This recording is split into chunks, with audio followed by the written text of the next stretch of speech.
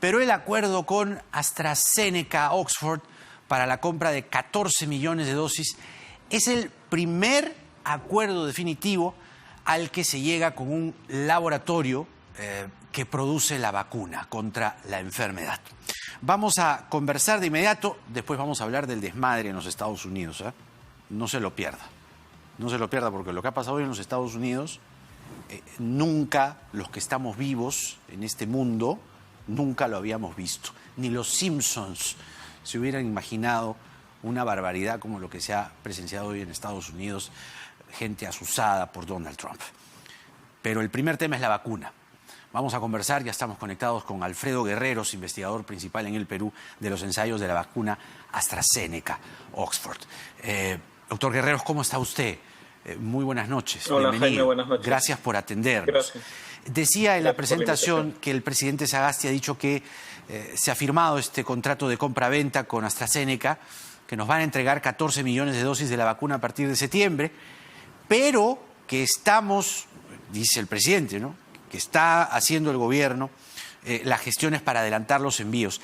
¿Es posible, doctor, en la realidad y con la ansiedad global que existe por las vacunas, que se puedan adelantar los envíos como lo ha dicho el presidente?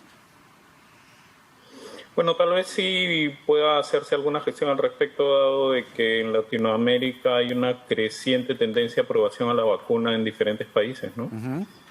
La vacuna ha sido aprobada de emergencia ya para su uso en México, en Argentina. Tengo entendido que en las próximas semanas lo va a hacer en República Dominicana y El Salvador. Entonces, quizás pueda hacerse la gestión para que se adelante la venida de la vacuna, lo cual sería magnífico. ¿Y eso, qué clase de gestión, si es que pudiésemos explorar esa posibilidad? Le hablaba en la pregunta anterior de esta ansiedad global, precisamente. ¿Qué clase de gestión se podría concretar para que esto se adelante? Y si se habla de un adelanto, ¿de cuántos meses, semanas, no sé, se podría anticipar? Yo no creo que esté en capacidad de poder definir el tiempo, pero sí estoy seguro que, dada la importante producción que hoy día el laboratorio tiene planeada, podría hacerse gestiones para tratar de tener antes la vacuna de septiembre. Pero ya el hecho de tener un convenio firme y la promesa de la llegada de las vacunas, así sea en el segundo semestre, me parece que es una noticia alentadora. En pocas palabras, o en palabras sencillas, ¿nos puede decir usted cómo se aseguran vacunas? Y lo que todo el mundo se debe estar preguntando, ¿qué gestiones se hicieron a medias o no se hicieron para que nos pongan en la cola y nos manden hasta septiembre? Bueno, lo que nosotros hemos trabajado, y la parte que trabajamos es la parte operativa de la investigación clínica. Asumo de que mientras las aprobaciones por las diferentes fases de investigación clínica se logran, la interacción con los laboratorios tiene que ser muy fina para que se pueda lograr que, aún sin la demostración total de eficacia y seguridad, exista una promesa de venta o una promesa de tener la vacuna entre nosotros, ¿no? Generalmente las negociaciones comerciales cursan por caminos diferentes que las de investigación. Claro. Y en este caso, creo que viajan un poco más unidas que en el desarrollo de otros medicamentos. Vamos precisamente ahora a la parte de la investigación, porque tengo entendido que a nivel mundial Oxford, AstraZeneca, había calculado o hizo la proyección de una necesidad de 30.000 o una demanda de 30.000 participantes para sus ensayos. Y tengo entendido también que al menos hasta diciembre, 22, 23 de diciembre, en el Perú habían participado 943 personas. ¿Qué es lo que nos puede informar sobre estas personas? ¿Cómo están? Sí, el ensayo clínico es parte de un conjunto de estudios, que en la actualidad con las mismas características se están llevando a cabo 4 estudios en diferentes lugares del mundo, en Sudáfrica, en Brasil, en Reino Unido, en Estados Unidos. El que nosotros llevamos a cabo, que todavía está en curso, es un estudio en el que se han reclutado a 33.000 personas. De esas 33.000, 30.000 han, digamos, conseguido las características que se requerían para este tipo de estudios. Ajá. Las mismas han sido en más de 100 centros de Estados Unidos, en 6 centros de Chile y en 3 centros de Perú. Hacia la última semana del mes pasado, del año pasado, el Perú alcanzó una cifra aproximada de 1.100 y pico pacientes. Ajá. Pero la cifra mundial alcanzó los 30.000, que era, digamos, la meta del estudio, ¿no? Claro. En Chile se consiguieron 2.300 pacientes, y eso está en relación a cuando se empieza el estudio. Los centros peruanos han conseguido este número de participantes en un tiempo récord, prácticamente en 5 semanas. Y eso no es muy fácil, dado de que nuestros temas regulatorios son mucho más complejos que los americanos. No, claro. Ahora, díganos usted la importancia de estas 1.000 personas, grosso modo, que han participado en los ensayos y cómo así la participación de estas personas, destacarlas y valorar su participación, ha hecho posible que finalmente este contrato se cierre. A mí me parece espectacular que los peruanos y estas personas en especial hayan tenido la enorme bondad, la enorme voluntad de donar su condición de salud para poder, en base a esos resultados, lograr el conocimiento necesario para demostrar de que un medicamento, una vacuna es eficaz. La donación que hacen las personas de su propia salud cuando entran en estos ensayos clínicos es enorme, porque para empezar, acá en el Perú, a diferencia de lo que sucede en otros países, a esas personas no se les paga absolutamente nada. Ajá. En algunos casos reciben sus pasajes, por ejemplo, pero utilizan su tiempo, registran sus síntomas, se les hace seguimiento, los llaman diariamente, exponen su vida. Eso sobre todo. Exponen su vida. Eso sobre todo. ¿No? Ahora. Y muchos, perdóname Jaime, muchos Sí. lo han hecho con alegría, con mucha dedicación y con mucha responsabilidad. Claro que sí. Ahora, tengo entendido que los participantes, por ese valor, por esa entrega, como usted lo señala, tienen algún beneficio con la vacuna. ¿De qué beneficios se trata? Bueno, evidentemente en los ensayos clínicos, este es un ensayo clínico que se llama doble ciego. Cuando se llaman doble ciego es que yo como investigador, ellos como pacientes e incluso las personas que administran el medicamento en ese momento no saben si le están administrando el propio medicamento, la propia vacuna o un placebo. Uh-huh. El placebo es solo suero fisiológico, agua con sal. Claro. El primer beneficio que pueden recibir sin duda es que les toque vacuna y los pueda proteger. Ese es el primer beneficio. Pero el contrato, el consentimiento informado en el cual ellos han firmado y sobre el cual han sido informados, señala, y el laboratorio así lo señala en ese contrato, que estas personas podrían tener el beneficio de acceder prioritariamente a vacuna en caso les haya tocado placebo. Ajá. Ya. Ese es un beneficio potencial que tienen las personas que participan en estos ensayos, y que tiene un par de condiciones en medio, que son que obviamente se demuestre la eficacia y seguridad de la vacuna, que creo que lo está demostrando, y que la misma sea aprobada por las autoridades regulatorias peruanas, ¿no? Claro, o sea, como que van delante en la cola, no necesariamente primerito, pero van, digamos, delante tienen de la cola. Algunos criterios de prioridad, sin duda. Ahora, en cierto imaginario popular, porque todo es fábula o todo es de momento horizontes no tangibles. Decía que en cierto imaginario popular la idea de tener la vacuna, ser inyectado con la vacuna, le da a uno la inmunidad total, ¿no? Aquel que está vacunado simplemente pues puede salir a cantar, ¿no? Sin mascarilla por las calles, a saltar y a brincar. usted me entiende, ¿no? Que tienen Sí, que estar sin duda, absolutamente sin duda. desprotegidos, que ya el Claro. COVID para ellos se acabó. ¿Es así? No, no, no, definitivamente no es así y creo que tratamos de ser lo suficientemente claros con las personas que reciben, entre comillas, la vacuna o el producto de investigación, dado de que la vacuna, y de eso se trata precisamente la eficacia, ninguna de las vacunas, ni siquiera las que existen para otras patologías, ha demostrado ser 100% eficaz. ¿No? Para que tengas una idea, la vacuna del sarampión tiene una eficacia del 97%. La vacuna de la influenza tiene una eficacia del 60%. Y eso alcanza, y es buenísimo, porque la gran mayoría de la población está vacunada, entonces ya hacemos inmunidad de rebaño. Sin duda que la vacuna en este momento a lo que va a contribuir es a ser un factor de protección adicional a todo el conjunto de medidas que hemos venido promocionando en los últimos tiempos. Claro. Eso evidentemente que a uno le da una sensación de mayor seguridad, pero esa sensación de mayor seguridad no debe hacernos abandonar ninguna de las otras medidas que hemos venido propugnando para evitar los contagios. Eso es importante. Quiere decir que aquel que se vacune, igual, digamos, en tanto todo el país, digo yo, no esté absolutamente vacunado completamente, igual debe seguir o mantener los protocolos, es lo que nos está diciendo.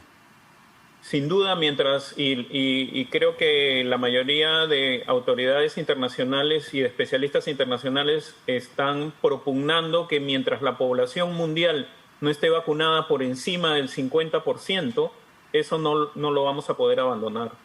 Y comprenderás que eso no lo vamos a poder lograr en muy poco tiempo, Claro. sino que seguramente nos va a tomar algún tiempo. Yo sé que usted está en la parte de la investigación, pero algo nos puede, digamos, contar respecto a... Hay mucha curiosidad también sobre cuánto cuesta cada vacuna. Es decir, primero, ¿cuánto le cuesta al Perú este lote de 14 millones de dosis? Lo que yo estoy en condiciones de decir es que de las 3 vacunas que tienen en este momento aprobación de la mayoría de autoridades regulatorias mundiales, AstraZeneca es la vacuna más barata. ¿Ah, sí? Es la más barata, sí. Es la vacuna además que tiene mejores condiciones de almacenamiento para países como el nuestro, dado que es entre 2 y 8 grados centígrados. Eso es el refrigerador, digamos. Eso es el refrigerador. Sí, Claro. Un refrigerador común y corriente, el que tiene uno en su casa. Entonces, yo creería que para condiciones de salud pública en un país como el nuestro, la vacuna de AstraZeneca nos brinda algunas cosas que son ventajosas, más allá incluso de su eficacia y seguridad, que creo que es bastante buena. De acuerdo, no nos dice exactamente cuánto cuesta, pero ya que nos diga que es la más barata es una buena pista, por lo menos, ¿no? Sí. ¿Cómo se organiza un proceso de vacunación? Ciertamente lo que ustedes han estado haciendo en el ensayo vendría a ser un micro, ¿no? Un mini proceso de vacunación, pero estamos hablando ya a grandes escalas. Estamos hablando, repito, de 14 millones de dosis. Primero, ¿estas 14 millones de dosis es una puesta o 2 puestas? Son 2 puestas, es una puesta cada 29 días. Ah, ya, la primera en una fecha y 29 días después la misma. La segunda, sí. Otra pregunta. Sí. Si, por ejemplo, me colocan a mí la vacuna de AstraZeneca y 29 días después digo, pero mejor me voy a poner la de Sinopharm, ¿vale o no? Mira, no hay ningún estudio que todavía haya mezclado 2 tipos de vacunas. Van a haber estudios. Van a haber estudios que van a mezclar, digamos, no mezclar la vacuna, sino hacer esquemas combinados de 2 tipos diferentes de vacunas. Por ejemplo, la de AstraZeneca con la de Pfizer o la de AstraZeneca con la Sputnik de Rusia, ¿no? Y vas a ver que van a aparecer estudios en los próximos meses respecto a ese tema. Sin embargo, parece ser poco coherente que si yo me pongo la primera dosis de una vacuna, la segunda corresponda a otra, porque lo que se busca con esta segunda dosis es ampliar el efecto protector. En otras vacunas existe eso, que nuestro sistema inmunológico reconozca inmediatamente después digamos, al antígeno que nos están poniendo, a la sustancia extraña que nos están poniendo, y que explote en su respuesta de anticuerpos de una manera mucho más enérgica. Claro. Eso es el objetivo de este efecto que se llama booster. Entonces, ese tipo de recomendación no parece ser muy, muy coherente, pero tampoco parece tener una contraindicación para que uno lo haga, ¿no? Claro, no, digamos, es importante porque hay varios laboratorios que van ya saliendo al mercado, entonces Sí. la duda que uno tiene, duda cristiana, mundana, comprenderá, Sí, es, claro que me sí. pongo la de AstraZeneca, luego me pongo la de Pfizer o... ¿no? Dentro de 6 meses me pongo la de Pfizer, Claro. dentro de 9 me pongo la otra. Sí. Digamos, de momento, lo mejor es, si ya te pusiste AstraZeneca, pues la segunda dosis que sea también Sí, AstraZeneca, la segunda ¿no? dosis de la que corresponda. Yo creería que esa es la recomendación hoy, en tanto no existe evidencia del Claro. resto, ¿no? Esto lo adquiere el Estado peruano y la vacunación, esta puesta de 14 millones de dosis, 7 entiendo, ¿no? 7 millones, son gratuitas para la gente, ¿no? Yo tengo entendido que sí, tengo entendido que el laboratorio por ahora solo tiene negociación con los gobiernos. De hecho, hay una declaración del laboratorio en asociación con la universidad que ellos definieron que no iban a tener, digamos, profit a partir de la vacuna, por lo menos en la primera etapa. Y eso me parece bastante sano. Le decía sobre el proceso de vacunación visto ahora a gran escala. Entiendo primero, y eso ya se ha sabido, ¿no? Son los médicos, el personal médico, los que reciben, por ejemplo, este primer 1 millón de dosis de Sinopharm que va a llegar, ¿no? Pero para el caso de la gente, ¿cuál debe ser el orden de prioridad para vacunarse? ¿Cómo se lleva adelante este proceso o una vacunación de estas características? Si lo hace solo el Estado o intervienen también los privados. En una primera etapa me parece que no van a poder intervenir los privados como, digamos, comercializadores de la vacuna, pero sin duda que van a participar, como de hecho los privados participan en otras campañas de vacunación pública apoyando a la vacunación. Y me parece que en este caso va a tener que ser así. Hay ejemplos bien importantes donde los privados apoyan la vacunación pública con las vacunas del Estado, facilitando la aplicación. Si las vacunas, como está sucediendo, son aplicadas hoy en condiciones de emergencia, porque así han sido aprobadas en todos los lugares, y tú habrás escuchado de que, como con cualquier otro medicamento y como con cualquier otra vacuna, la posibilidad de tener eventos adversos existe. Parte de la seguridad de la vacunación es tener las condiciones necesarias para poder identificar esos efectos y tomar las acciones correspondientes para minimizarlos. Bien, En doctor. condiciones de investigación es mucho más fácil controlarlas, pero Claro. cuando se vuelve operativo y masivo, como tú mismo dices, es un poco más difícil. Por lo tanto, nuestros centros de vacunación tienen que estar preparados para identificarlos y tratarlos. Eso. Ahora, AstraZeneca entonces tiene entre 60 y 90% de efectividad, es lo que tengo entendido, ¿verdad?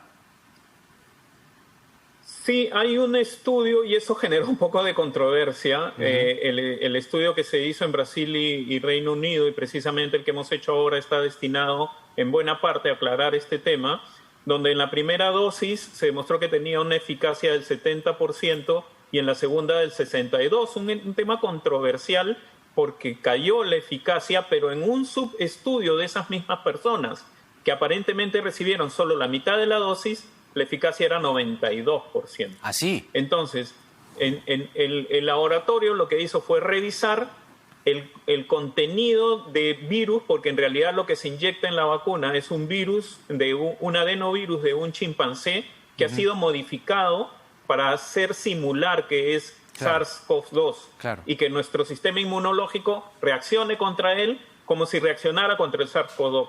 Claro.